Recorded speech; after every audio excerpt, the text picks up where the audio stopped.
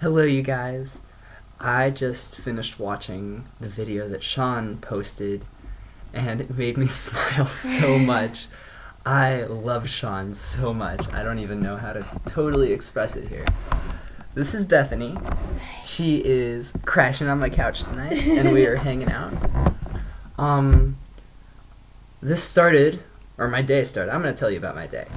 So my day started with me deciding to move out of my house in the next month.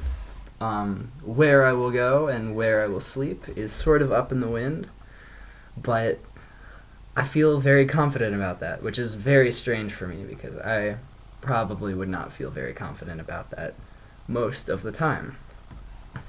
But having all of this support and love from people like her and from people like Sean is giving me this kind of bravery that I've never ever had before.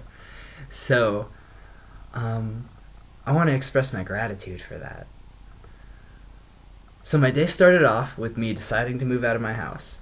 And as a result of that, I decided that I didn't want to be in any debt. And right now I'm in around $3,500 of debt. So I went around my house and into my little workshop that I have in my garage, and I found all of the stuff that might be worth some things. I have some power tools, I have a really pretty guitar, and some super expensive speakers.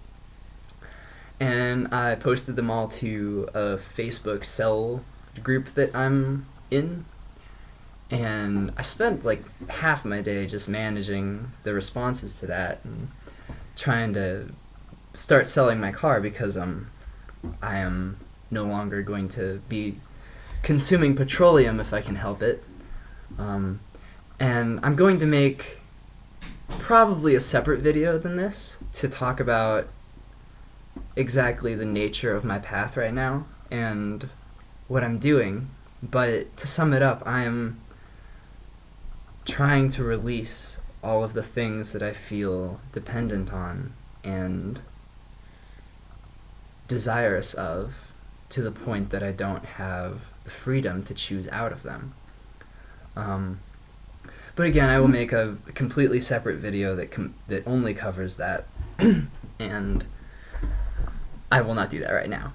So I spent most of my day trying to sell some stuff, and I met up with Bethany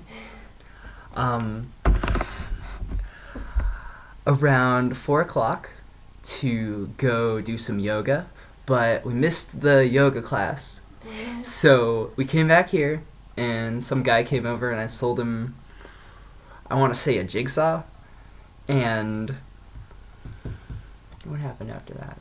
Oh, after that, being with Bethany truly inspired me to try and create a space in my community here. I live in Fort Collins, Colorado. It really inspired me to try and create a space, or to create an energy even, in this town where people can really be a family, even if they're not related, can be sort of united in a freedom of expression, a freedom of ideas, and a freedom also to share our fears and to share our worries about the world and where it's going and where we think it's going, because I think that where it's going is very much up to us. So I felt inspired, and so what I did is I got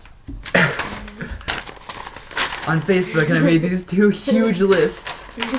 I don't know if that was a good thing to show YouTube, but I made those two huge lists of people who I wanted to invite to come together and talk with me about this stuff. And I think where a lot of the power and bravery that it took to do that came from in me is not having an expectation or a plan for what that gathering might create or necessarily be. I think that just creating sort of a space of potential where a group of people can sort of come together not knowing where they're going to go, and then decide as a group what direction we want to go in, or what direction will make us all feel the best, make us feel the most appreciated and noticed, and also sort of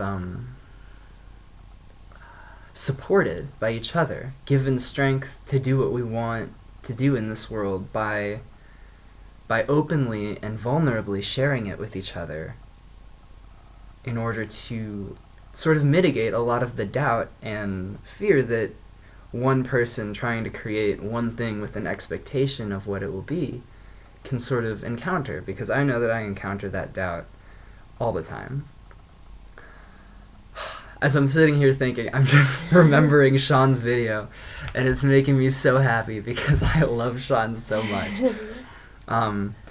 And for anybody who's interested, I very much encourage you to read Be Here Now, because it is a guide to something that I don't really know how to explain. And it is sort of a roundabout guide, because I think the only way that this thing can be approached is in a roundabout way. I really like his talking about the maze, because it really outlines that relationship to me.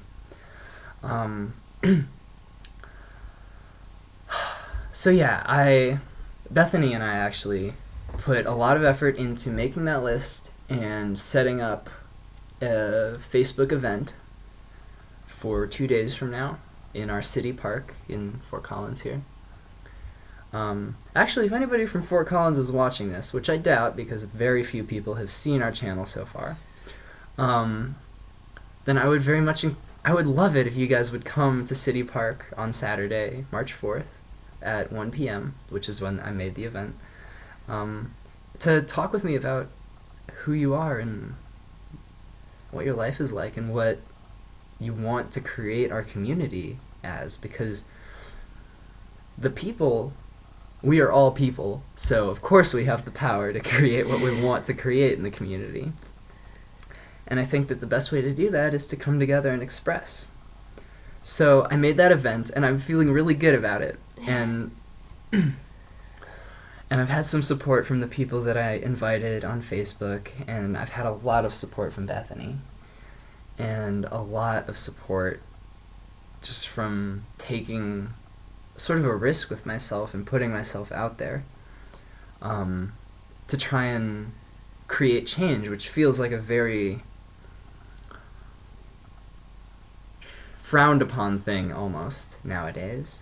But it doesn't have to be, and it definitely isn't really frowned upon by everyone. That's definitely generalizing, which I frown upon.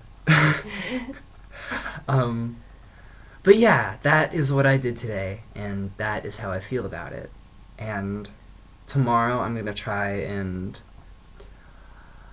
get some people to say they're going to come to the event that I'm having on Saturday, and I'm going to keep trying to sell my stuff so I can get out of debt. Because I quit my job a little while ago. It was working for a restaurant, which I don't condemn at all, but I have decided that I don't want to take part in killing animals, and I think that working for a place that buys meat is sort of lending my energy to subsidizing the meat industry, and that while I think that everybody who works in the meat industry probably has perfectly valid reasons for doing so, I noticed that I had the freedom to remove that from my life, and so I did. And through taking these risks, I really feel stronger. I should feel less safe than I was, but I feel very brave and very open-hearted towards every person around me and this whole city and this whole world. So I think that's all I have to say for today. I will try and make a video pretty soon about what exactly the process of me releasing the things that I find comfort in and the things that I feel controlled by my own desire in is like. But that will be for another day. Thank you all so much for watching this. Sean, I love you so much. Bethany, do you want to say anything? Or is this it? That's good. Thank you. Goodbye.